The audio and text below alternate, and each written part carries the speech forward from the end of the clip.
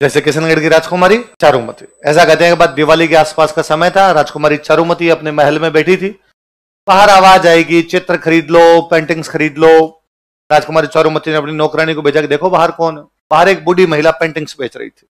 उस बूढ़ी महिला को महल के अंदर बुलाया गया, उससे बहुत सुंदर सुंदर पेंटिंग्स खरीदी गई, कुछ हिंदू देवी देवताओं की, कुछ हिंदू राजा रानियों की, जैसे भगवान शिव, भगवान गणेश, भगवान राम, भगवान कृष्ण, कुछ राजाओं के जैसे सांगा, कुंभा, प्रताप, हमीरदेव चौहान, पृथ्वीराज चौहान। उस बूढ़ी महिला की खूब अच्छी खासी बिक्री हुई। उसने कहा राजकुमारी थैंक यू, मैं सुबह से निकली थी, कोई बिक्री नहीं हो रही थी, तूने सारी पेंटिंग ही ले ली, अब मेरे पास एक बड़ी सी पेंटिंग और है, ये तुम ले लो तो मेरा तो बाहर उतरे। राजकुमारी ने कहा दिखाओ वो कौन सी पेंटिंग है। उसने एक बड़ी सी पेंटिंग दिखाई। राजकुमारी ने कहा पर ये कौन? अरे कि तुम इनको नहीं जानती, शहंशाह हिंदुस्तान मुगलिया सल्तनत के बादशाह आलमगीर औरंगजेब खुद है। उसने कहा अच्छा औरंगजेब है कि हाँ दे दे, ये पेंटिंग भी दे दे। सारी पेंटिंग ली, रुपए बताओ कितने, इतने रुपए, ये पकड़ रुपए। 2 मिनट बैठ बूढ़ी माई, 2 मिनट बाद चाय पी के चली जाना। बूढ़ी महिला वहीं बैठी रही। राजकुमारी ने अपनी सहेलियों को कहा इस पेंटिंग पे एक एक जूता मारो। सारी सहेलियों ने अपनी जुत्ती उतारी, पेंटिंग की मारी, पेंटिंग बापड़ी चिंदी चिंदी हो गई। फटी हुई पेंटिंग उस बूढ़ी महिला को दी और कहा औरंगजेब को जाके कह देना चारुमती ने फाड़ी है। बूढ़ी महिला दिल्ली गई, उसने जाके कहा किशनगढ़ में राजकुमारी चारुमती है और उसने तेरी पेंटिंग के टोटे टोटे कर दिए। औरंगजेब को बड़ा गुस्सा आया। औरंगजेब ने हाथों हाथ किशनगढ़ के लैंडलाइन पर फोन घुमाया कि मैं राजकुमारी चारुमती से विवाह करना चाहता हूं।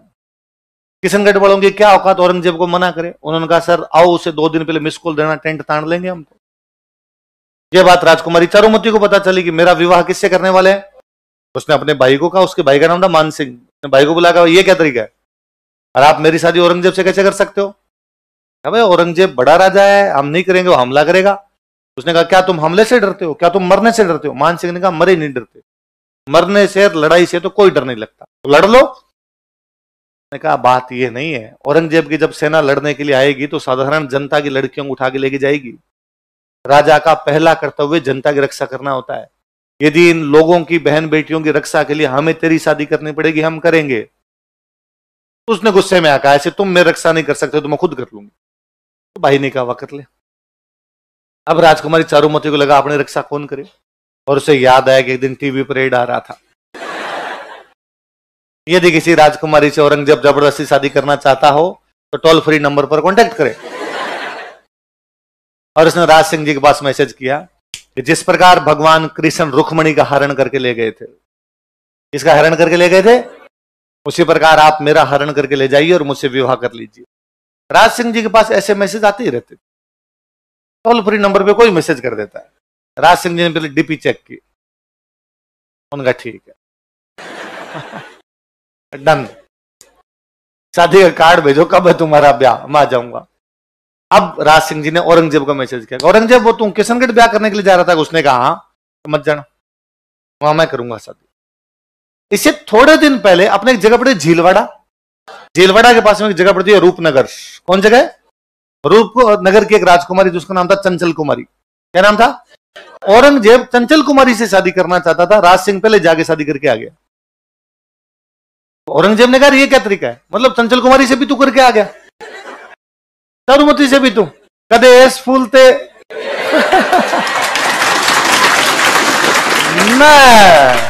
ये नहीं होने दूंगा मैं। तो राज सिंह जी का लड़ाई कर लेंगे, आगे कोई बात नहीं, लड़ाई हो जाएगी। तो औरंगजेब ने कहा सेना लेके आऊंगा, लड़ाई करेंगे, जो जीतेगा उसकी शादी चारुमती से होगी। शादी का दिन नजदीक आया।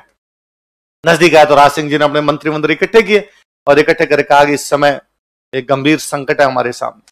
मंत्री ने पूछा हाँ साहब बताओ। वह एक अबला नारी हमें पुकार रही है। मंत्री मन ही मन सोचा कि सर आपको आजकल हर तीसरी अबला नहीं लग रही क्या? बताओ सर बात क्या है? कि मैं किशनगढ़ की राजकुमारी चारुमती से विवाह करने जाऊंगा, जो औरंगजेब से विवाह नहीं करना चाहती। औरंगजेब सेना लेकर आएगा, हमें उसकी सेना को रोकना तब तक जब तक मेरे फेरे नहीं हो जाए। जैसे मेरे फेरे संपन्न होंगे मैं खुद लड़ने के लिए आ जाऊंगा। मंत्री ने कहा सर आवश्यकता ही नहीं है, आप तो शादी करके आराम से मेवाड़ वापस पधारना, औरंगजेब की सेना को हम अजमेर से इंच नहीं हिलने देंगे, हम लड़ लेंगे वहां पर। डन, तय हुआ। राज सिंह जी शादी करने के लिए जाएंगे किशनगढ़, सेना लड़ने के लिए कहां पर जाएगी? अजमेर। सेना जाएगी तो सेनापति जाएगा, और मेवाड़ की सेना का सेनापति हमेशा सलुम्बर का सामंत, और सलुम्बर का सामंत उस समय था रतन सिंह चुंडावत। क्या नाम था?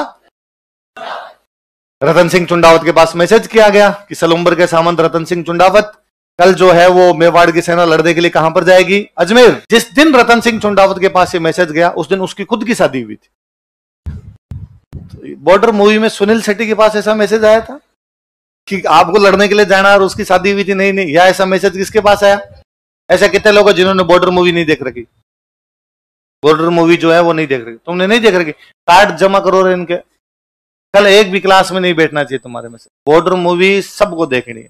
जिन्होंने नहीं देख रखी वो आज घर पे जाके देखें, जिन्होंने देख रखे वो रिवीजन करें। सलूम्बर के सामंत रतन सिंह चुंडावत, उनके पास मैसेज हुआ कि आपको अपनी सेना लेके कहां पर जाना है? अजमेर।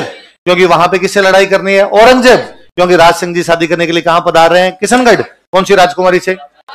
और उसी दिन रतन सिंह चुंडावत की खुद की शादी हुई थी। बूंदी की एक खाड़ी रानी थी उनकी। कहां की रानी थी? सलह कंवर। क्या नाम था? कहां की रानी थी? बूंदी की। बूंदी में एक थे संग्राम सिंह। बूंदी में कौन थे? संग्राम सिंह राजकुमार जी। बूंदी में हाड़ा चौहानों का राज था, इसलिए बूंदी की जो रानियां होती उनको क्या बोलते थे? रतन सिंह जी के पास मैसेज गया कि आपको लड़ने के लिए जाना है, राज सिंह जी शादी करने के लिए जा रहे हैं। तो रतन सिंह ने कहा राज सिंह जी खुद की शादी के लिए मेरी शादी क्यों बर्बाद कर रहे हैं? मेरे घर में भी तो शुभ काम है, आज ही मेरी शादी हुई है, मैं ऐसे बीच में ब्याह छोड़ के कैसे जाऊं? ये बात उनकी रानी को पता चलती। रानी का नाम क्या है? रानी तो क्या रही होगी, 17-18 साल की लड़की रही होगी। उस समय शादी की उम्र यही थी, 15-16 साल की उम्र में शादी कर दिया करते। और वो राजकुमारी कितनी इंटेलिजेंट और कितनी देशपरायण रही होगी कि उसने रतन सिंह चुंडावत को कहा कि ना, आपको लड़ाई के लिए जाना चाहिए। शादी ब्याह सब अलग, देश के लिए लड़ना सबसे बड़ा काम। कर्तव्य से बढ़कर इस दुनिया में कुछ भी होता, ड्यूटी इज ड्यूटी। ड्यूटी ये कहती है कि मेवाड़ की हरावल में हमेशा सलूम्बर का सामंत जाएगा, और इस समय सलूम्बर के सामंत आप रतन सिंह चुंडावत हो, तो आपको जाना चाहिए। रतन सिंह ने वापस कहा कि मैं हमेशा जाता हूं, मैं मेरे कर्तव्य से कभी नहीं मुक रहा हूं, और मैं छोड़ो, मेरे दादे परदादे हमेशा इस मेवाड़ की सेना के हरावल में रह के लड़ते हुए मारे गए होंगे, हम 1 इंच पीछे नहीं हटे। इस बार हमारे घर में शादी का काम है। उसने वापस कहा कि यदि आप ना जाएंगे तो आपसे हरावल का अधिकार छीन लिया जाएगा, और यदि आपसे हरावल का अधिकार छीन लिया गया तो आपकी आने वाली पीढ़ियां इस बात पर शर्म से सिर नीचा करके कहेगी कि बीच में एक रतन सिंह नाम का अयोग्य व्यक्ति हो गया था जो लड़ने नहीं गया, इसलिए मेवाड़ वालों ने हमसे हरावल छीन ली। क्या आप चाहते हैं कि आपके बेटे पोते जो हो वो आपके नाम पर सिर नीचा कर ले? थोड़ा समझाया तो उसने कहा ठीक है मैं जाऊंगा। अगले दिन वो तैयार होता है, घोड़े वोड़े लेके सेना रवाना होती है। जैसे ही रतन सिंह घोड़े पर बैठ के आगे आगे जा रहा है, पीछे सेना है, जैसे उस रानी का महल आया, रतन सिंह से वापस रानी की याद आई, वो रुक गया। उसने अपने पास में एक सैनिक खड़ा था, उसको कहा कि ऊपर जाके रानी को कोई निशानी दे दे। क्या दे दे? अंगूठी, कोई चूड़ी, कुछ ना कुछ दे देगी तो टाइम पास करेंगे, युद्ध के मैदान में याद आएगी।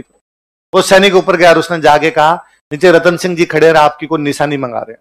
वो 15-16 साल की लड़की पुनः सोचती है कि जो व्यक्ति जाने में आनाकानी कर रहा है, इस बात की क्या गारंटी है कि वहां पे लड़ पाएगा?